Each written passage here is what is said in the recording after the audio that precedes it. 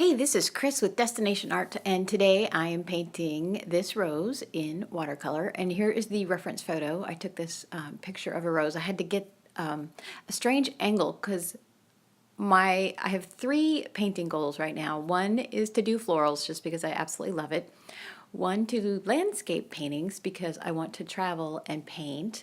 And then two, I want to do sort of more of an urban landscape kind of thing with buildings and stuff. And so those are what I've been working on lately.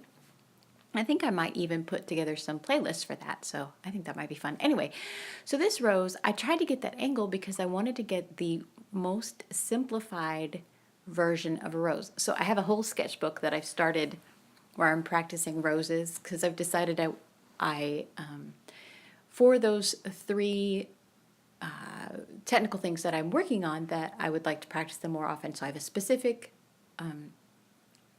sketchbook for that. This, of course, is not that sketchbook. Don't ask me why. I didn't actually put the rose that I took the picture of. Anyway, so as you know, roses are extremely difficult because it's almost like all negative painting, right? Because you have to paint all the insides of the roses. The lights and darks are the things that give it structure.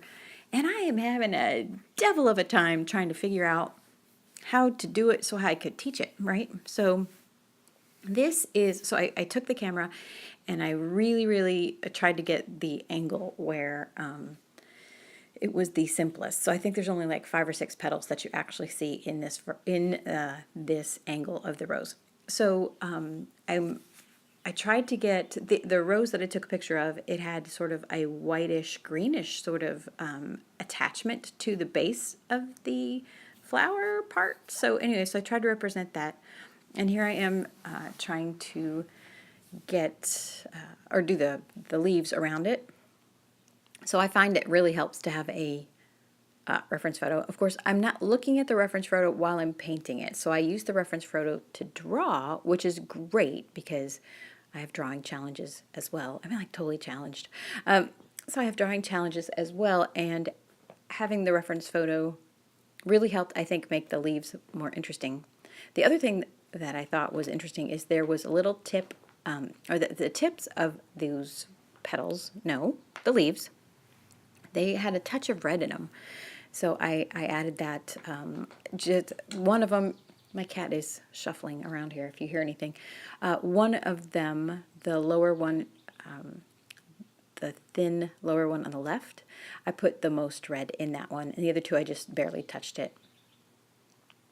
So the challenges with roses are all the petals and how you can get lost, and then where do you put the lights and the darks. And so a lot of people do it face on, and I love the way they do it.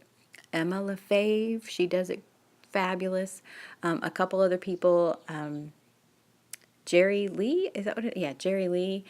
Their roses are amazing. There's one other lady, I can't remember her name, but she has these loose watercolor roses that are amazing, and I still have yet to learn that technique. So I decided, since I'm teaching this to myself, that I'm going to get a reference photo and paint it. So as I was saying, though, the lights and darks, where do you put the lights and where do you put the darks? And then how do you apply the paint as well? So anyway, so what I had done was just bounce around from one petal to another petal and just so they wouldn't bleed. I tried to leave with a little overhang, or the rose petal kind of folds back on itself, and what I've noticed, it's usually lighter on the fold back. And sometimes the fold backs are big and sometimes they're small, and in this painting with this rose, they're a little bit small.